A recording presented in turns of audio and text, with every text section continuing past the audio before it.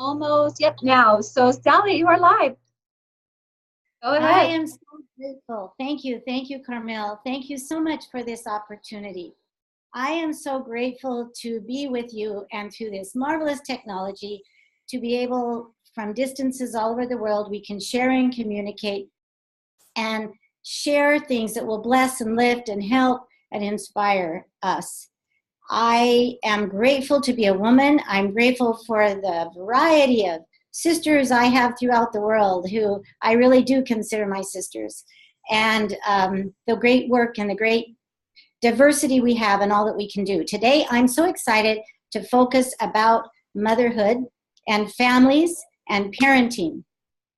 And I would just like to say that I have a true knowledge after many years of parenting and after parenting with my husband, 12 children, the youngest is now 19, and now we do have grandchildren. I am so grateful for the opportunity to share some things I've learned, some experiences that I've had, and to encourage mothers.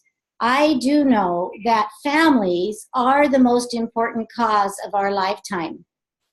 And that the greatest service that anyone can ever do is to convert the home into a divine institution which promotes and preserves family life. That is really where joy is found, and that is the greatest service. And as we build strong homes, we build strong countries and nations. We build strong communities. And the home is where the magic and the power happens. And mothers have to know and believe that in order for that to happen. What has blessed me so much is to internalize this vision. Even those children, when they're so little, you have this vision of what they will be and who they are. And you work for that daily. And even though those days are long, those days pass so quickly. And I am so grateful for true principles that can help us do our very best while we have this short time to love and nurture and teach and build and strengthen and raise our children.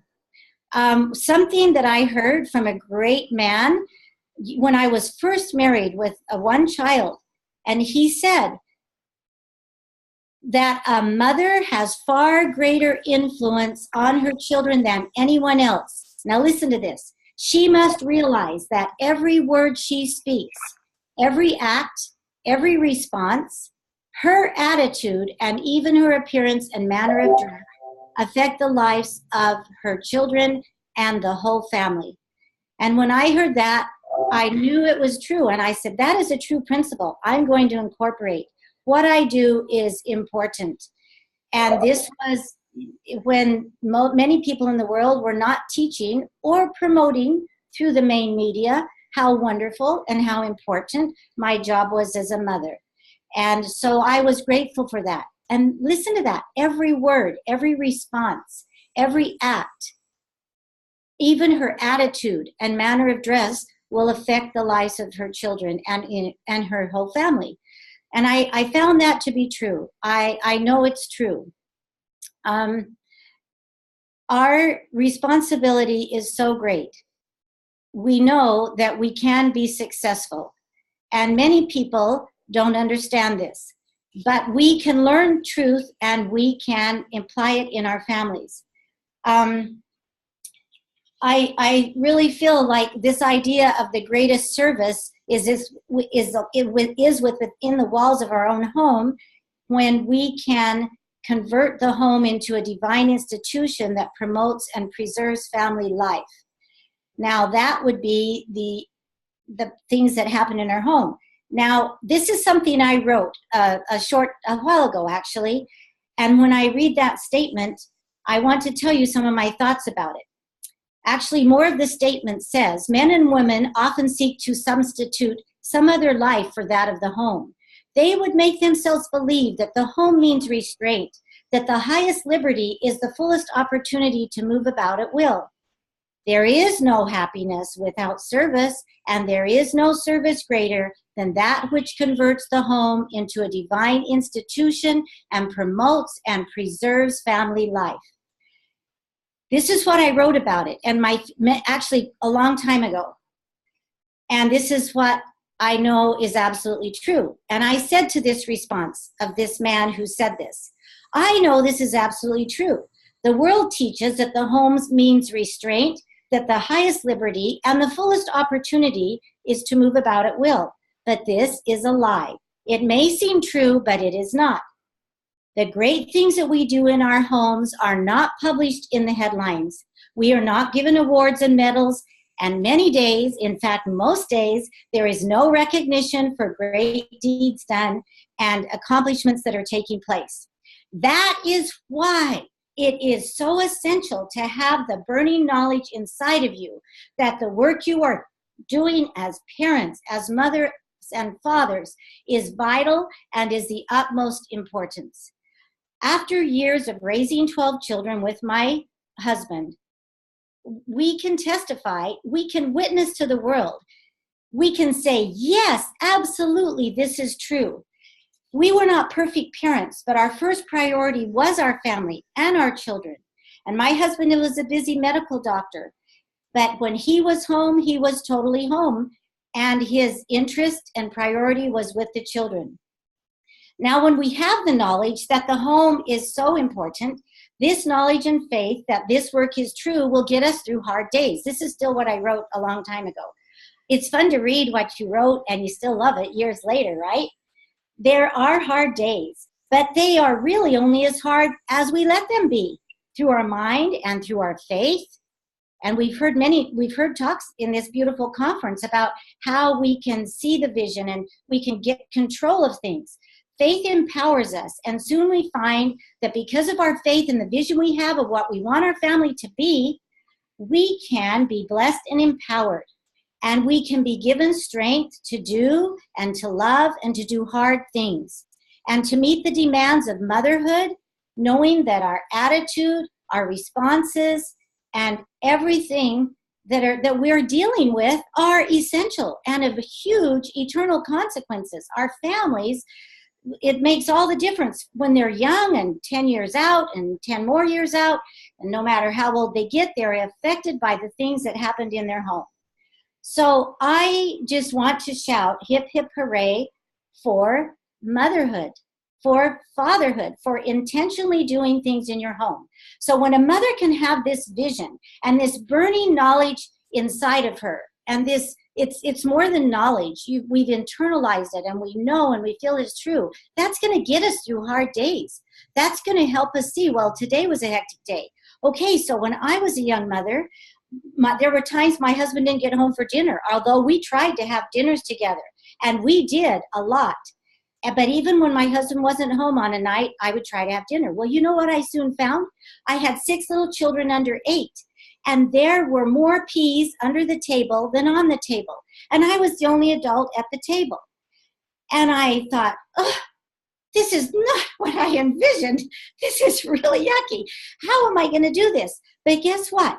I had the vision. And if you have the vision, you can say, that's okay. Tomorrow's dinner is going to be better. And it will be better. And so you gird up your loins and you think, okay, we will do better tomorrow. And you don't give up, and you don't say, I knew I couldn't have any children and raise them right. I knew this was all going to be a mess. No, you live with faith. You live with hope. You live with love.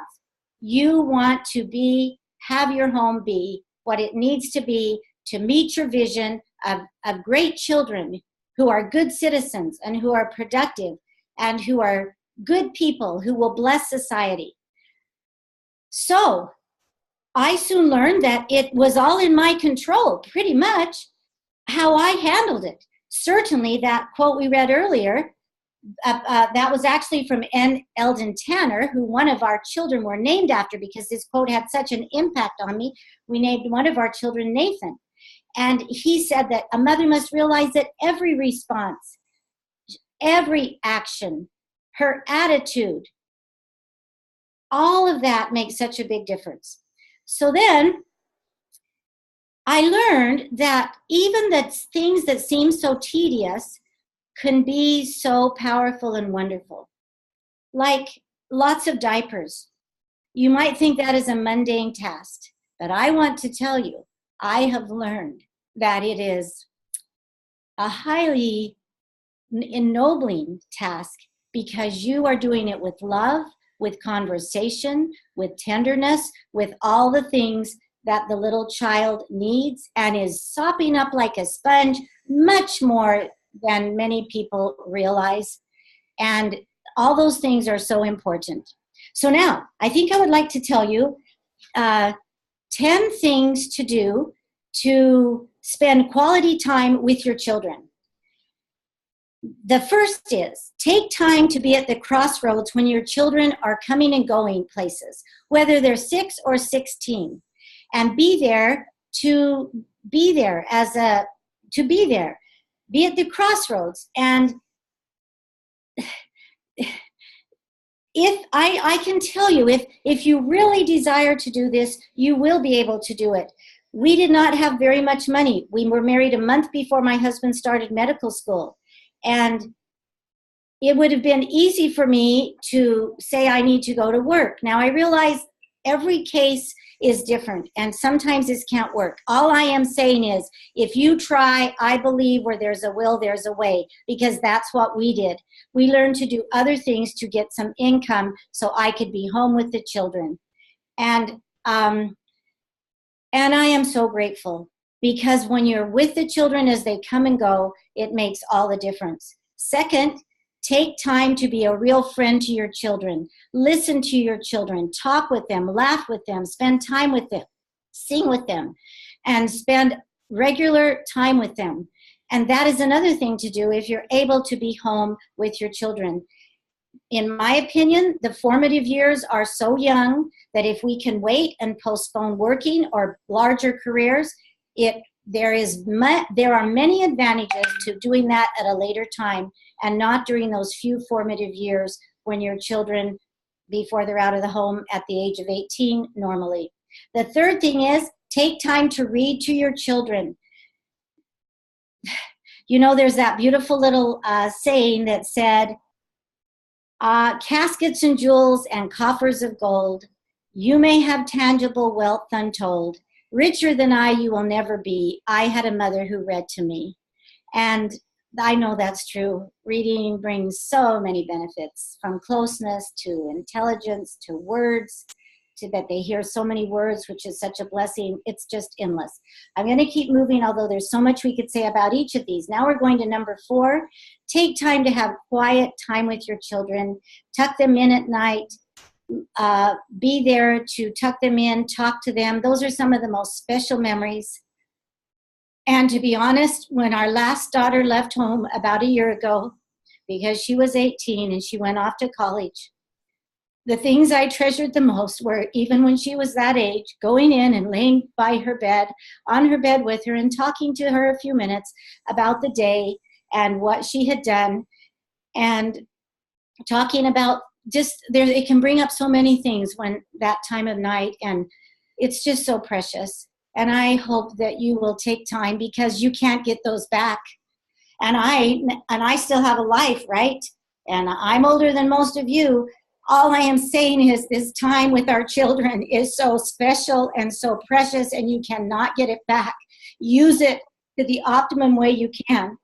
The 5th thing is to have meaningful weekly family times. Family home evening, it is called. And I have learned that there are many denominations and groups of people who have learned about family home evening. One night a week, when you bring the family together, you have an activity, you have special refreshments, you have a lesson that children can participate and be in the lesson. They can do all those wonderful things, and it is so good, and it is so unifying, and it speaks a great message to your family. Well, we have time to go play ball, and which is good, and we have time to go to ballet and to piano, or we have time to go work, but we have time for maybe 1 or 2 hours. How long? It's actually family home evening. If you can squeeze in 3 hours, starting with the dinner first, that's beautiful, and that you'll be so grateful you did, and you have time to be with your family. So family home evening is number 5. Number 6 is take time to be together at meals times as often as possible. Now we know this always isn't possible, but there is a power. Researchers are finding so many benefits, from social adjustments to children to closeness in families, less problems in school, so many blessings that will bless our children if we can have meal times together. And even though it can't be all the time, then let's aim for as many as possible for the evening dinner. I have learned that breakfast time, even though it's so rushed, people are going out the door, people are going to work, you have all ages of children. But if you can have a smile on your face in the morning, and you can be happy, and you can bring together your family, even if they sit down for 3 or 4 minutes to have a bowl of cereal, that is a time that you could read to your children something powerful for the day. Maybe it's a spiritual thought. Maybe it's from the Bible or from the scriptures. And you tell them you love them, and you even have them recite a scripture or a saying or something that empowers the family and makes you have a vision and makes you do what you have the feeling inside, because it's what stays in here, and the vision you have is so important to carry with you all day. That 5 minutes at breakfast time can be so important. And I love to sing a song with the children. It takes about 30 seconds or a minute to sing some songs. I love to have a saying or a scripture that we repeat, and I love to read to them a few minutes, something that's powerful that will give them something to think on for the day. And then we can have a family prayer or worship for just a moment, pause in any way that you feel good about. That is sending our children, our husbands off to work, ourselves for the day in better condition than we would have been. Okay, the next is 7 ways to spend time with your children. The 7th is take time to daily read with your family. Read together as a family. There are great books. There are classical books. There's so much history. There are so many things good to read together.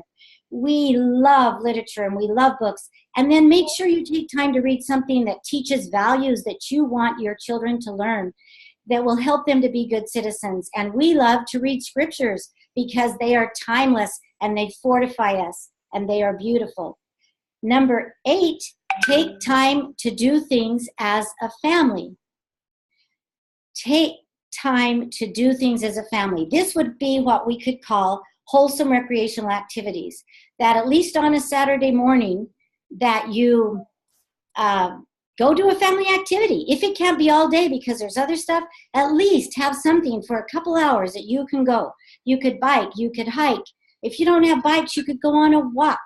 There are so many things to do together as a family. And of course, if one of the children has a performance or a game or something they're learning, you can go as a family to a piano recital and to a soccer game. All that is fun. But then sometimes it's fun just to go do something as a family. And if you can do that often, at least weekly, that is a huge blessing. Number 9 is take time to teach your children. Catch the teaching moments. This can be done anytime during the day, at mealtime, at special occasions, in casual settings, or as we talked about, at the foot of their bed at the end of the night, or an early morning walk together. Take a child on a date for just a few minutes before school or after school. When we walk together, even if it's for 10 or 15 minutes, great things can happen. I can't stress enough the importance of being together and time with our children as a group and one-on-one. And even though this could seem hard in our busy schedule, I know if we look for it, we will be so grateful we did. It pays great dividends. Now, the number 10 after teaching is, finally, well, I just want to say that a parent's teaching in the home and a mother's teaching in the home is the greatest teaching they can have. And years ago, someone told me, when I felt young and I had a lot of little children and I felt inadequate, but someone said to me, and this was so powerful to me, you can teach your children better than anyone. Of course they went to school and of course they did many things, but to know I could teach and my husband could teach. And they said, you can teach your children better than anyone. The churches cannot teach like you can. The school cannot teach like you can. The daycare centers cannot teach like you can. But you can, and you will be sustained Your children will remember your teachings always and forever, and when they are old, they will not depart from them. They will call you blessed, their truly angel mother. I know that that is true because I have done it and I have experienced it, and I hope that each of you will have that blessed opportunity. Mothering this way takes a lot of time, lots of time, and it's hard to be effective unless you give it some good time. So let's work to really realize the importance of time with our children. Finally, the 10th thing is to love our children. A mother's unqualified love is a great love. It approaches godly love. And it is great. And if we have a child who is irritating, which always happens, right? But we can say, God, give me strength that I can see this child as you do, and that I can respond and help him. Because I've learned that when a child is most unlovable, that is exactly when they need the most love. And we can have the greatest influence to mold and shape and bless them. And we can we can just make great things happen when we really love our children. This is a story I read long ago. It's not a story, it's just a couple of lines about a young man who paid tribute to his mother. And this is what the young man said. I don't know this young man, and this happened quite a few years back.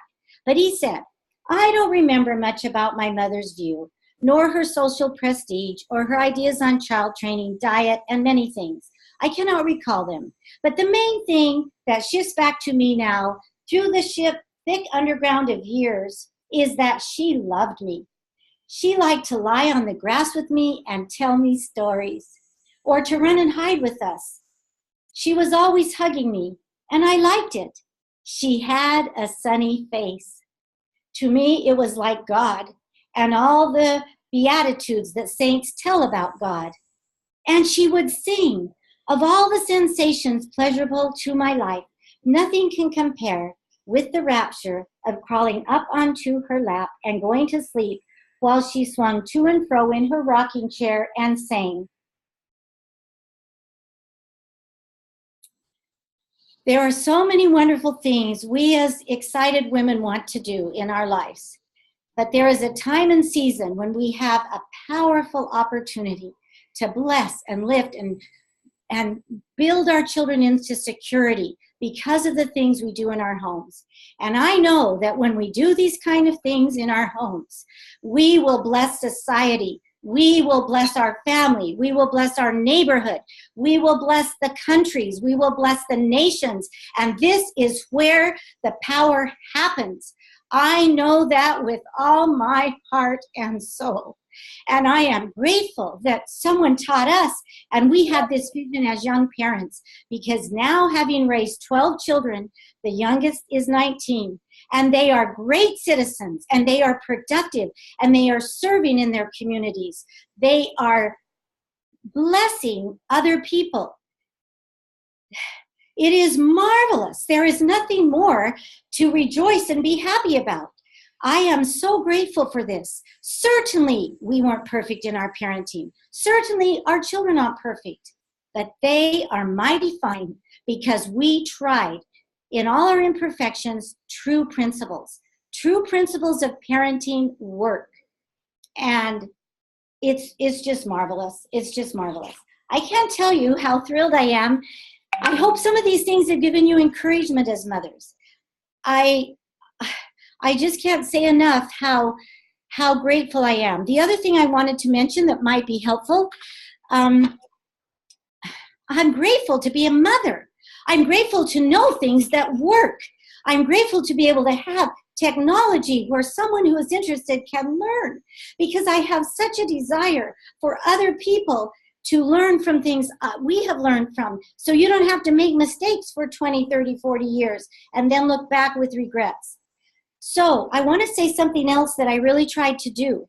Because I was able to be home, I have this little thing I call midday miracles.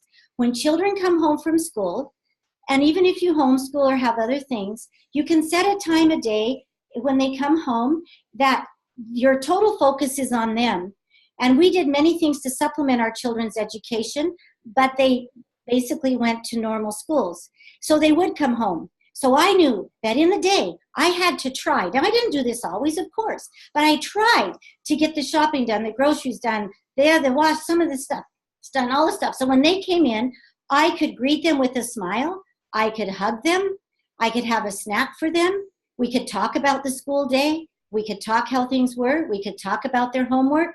Then we could have each other help with homework and have a homework time. So I'm just saying we need to create these midday miracles that happen while we have our children. And then at dinner time, it's so cool to be able to plan a meal with our child. Take one child, one-on-one time, plan a meal with that child, and let the child help you with buy the ingredients, cook the food, and then produce that food and put it on the table that the whole family enjoys. That's achieving many wonderful things by doing that. It is just a win-win all the way around.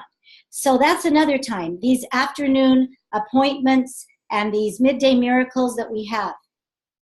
Evening enjoyment at night. Nights are often rushed, but I believe if we're doing too many outside activities, even though they are good, even though they could be, I keep saying soccer and piano and whatever, I wanted my children to learn the piano more than anything because I love playing the piano. But I soon realized that if I focused on too many things, we didn't have time to do the important things at home. So I just want to say, if you are so busy running, take out some good things for a while and do more important things, the bonding and the teaching in your home. Have some time at night to read stories together, great stories. Oh, I think it's so fun to sit by the children's bed for a few minutes and read to them. And my husband would do this. Now, I keep talking about motherhood, but I want to acknowledge I've had a fabulous husband, all these years of marriage, raising all these children, and he participated. And we did as much as we can. There were times when one parent has to give more because the other parent might be busier at work or whatever, but you work together and you make these things happen. Oh my goodness, I think we only have a few minutes left. I want to say that if you're blessed to be home in the day and you have preschoolers, make a time in the day where you can have your own little time. Don't answer the phone. Maybe it's 10 minutes, half hour, even an hour, but start with 10 minutes and just focus on them. And don't be so scattered. I found I could easily be scattered and I had to really draw myself in to focus. The last thing I want to say is it's powerful to live in gratitude daily. Now, I have a beautiful mother, and she's on the other, passed away for a few years ago, but she taught us that a grateful heart is a happy heart. When we are grateful and our children are grateful, we are happy. I also learned that if you want to raise children with self-esteem, it's easy. I was so worried about this when the oldest child was in 6th grade, and I had 7 kids, and I thought, how can I have my children have self-esteem? If we love God, do His will, and fear His judgment more than men, we will have self-esteem. That was the answer. After months of searching and going to all these classes on how to have your kids have self-esteem. Wow, that was so powerful to me. There is power in living in gratitude daily because we are happy. A grateful heart is a happy heart. I know that these principles I've talked about today are true. They are tried and they are tested because my husband and I have lived them. And we are not the only family that have had joy raising our children. There are countless other ones. But for those of you who are in this time of your life and having children who are in this time of your life and you can help them learn some things, I hope you will learn and go to my website and sallyolsen.com and we will learn and share and grow together so that we can have success and we can have peace and love in our homes and we can have joy and we can rejoice in the fun times we're having because this is the happiest thing in life. I know this is true. Thank you so very much for your attention, and I certainly hope something has been helpful specifically for you. Please don't hesitate to contact me. I love talking about families, motherhood, fatherhood, parenting, intentional parenting, as you can tell. Thank you so very much. I think